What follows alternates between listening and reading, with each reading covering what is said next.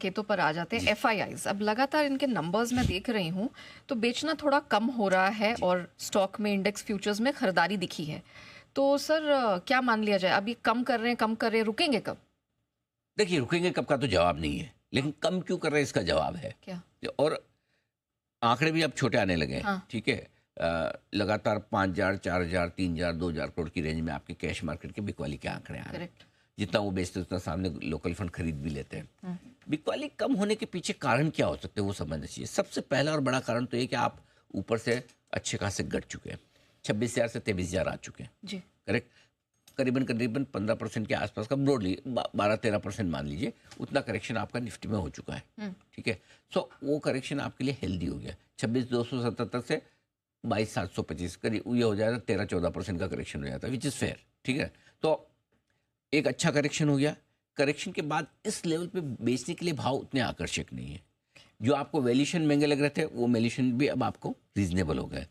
लोग वित्त वर्ष 2027 की अर्निंग पर निफ्टी को वैल्यू करें, कोई आदमी 2 साल के आगे के लिए पैसा लगाता है तो उसको 18 से 19 के पी मल्टीपल पर निफ्टी ठीक लगता है, क्योंकि 21-22 का मल्टीपल तो ऑन एन एवरेज हमें मिल ही जाता है। ठीक है, तो आपके पास इसका मतलब क्लियर कट है कि मार्केट आपके लिए थोड़े सस्ते हो गए। तो एफआईज भी बेचना चाहिए। हर आदमी खरीदता है इसलिए कि बेचेगा, लेकिन अनाप शनाप औने पौने दाम में पैनिक में बेच सकता है, खराब खबर पे बेच सकता है। लेकिन एक इन्वेस्टमेंट एंगल से मैं ये सोचूं कि यहाँ से बेच के भी मेरा, यहाँ से खरीद के या होल्ड करके पैसा नहीं बनेगा, या यहाँ से बेच के मैं वापस नीचे ले पाऊंगा, ये सवाल तो एफआईज के सामने भी आता है ना। करेक्ट। तो अब उन्हें लग रहा है कि इस लेवल पे बेचना ठीक नहीं है। और क्यों? एक दो एक्सटर्नल फैक्टर है। पहला, बेचने की एक बड़ी वजह जो वैल्यूशंस, कंपनियों की कमाई धीमे पड़ने की वो थी, तो इस तिमाही के नंबर्स आपके थोड़े ठीक आ गए, वैल्यूशन ठीक ठाक हो गए। दूसरा, रुपए की कमजोरी था कि जिस तरह से करेंसी गिर रही है कि भाई हमारे वैसे ही पैसे बनेंगे नहीं और डॉलर मजबूत हो रहा, तो अब करेंसी हमारी गिरना बंद होगी। पिछले 2-3 दिनों से, आपने 4 दिनों से बोला ही नहीं कि नया लो बन रहा है, नहीं कोई नया लो है ना। और डॉलर इंडेक्स भी 109, 110 जाके थोड़ा ढीला हो रहा है, 107 के आसपास स्टेबल हो रहा है, हाँ। नीचे ही आ रहा है। तो ये दोनों चीजें हैं। अब तीसरी चीज जो है, अच्छी खबरों के बावजूद बाजार हमारे बढ़े नहीं। बजट अच्छा था, पॉलिसी अच्छी थी, ये सारी चीजों को भी हमने इग्नोर कर दिया।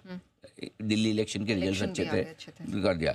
तो इसका मतलब ये कि अच्छी खबरों पर बाजार का रिएक्शन नहीं, और जो नेगेटिव खबरें थी वो सारी बाजार पचा चुका। अब आप ग्लोबली भी आप देखिए, रशिया यूक्रेन बंद होने के कगार पे आ रहा है, इजराइल हमास खत्म हो चुका है, तो सारी चीजें धीरे धीरे ठीक हो रही हैं। और इसलिए नेगेटिव खबरों पे बाजार का रिएक्शन जितना आना था आ चुका। पॉजिटिव खबरों पे बिल्कुल नहीं आए, तो बेचने के लिए शायद समय गलत। मैं ये नहीं कह रहा कि मूड बदल के वो आज खरीदना शुरू करें, भर भर के लेंगे, ओ हो सब अच्छा हो गया, लाओ लाओ लाओ अब हम लेंगे। हमें उसकी उम्मीद भी नहीं है, हम रखते भी नहीं है। आए तो मोस्ट वेलकम, जाए तो भीड़ कम।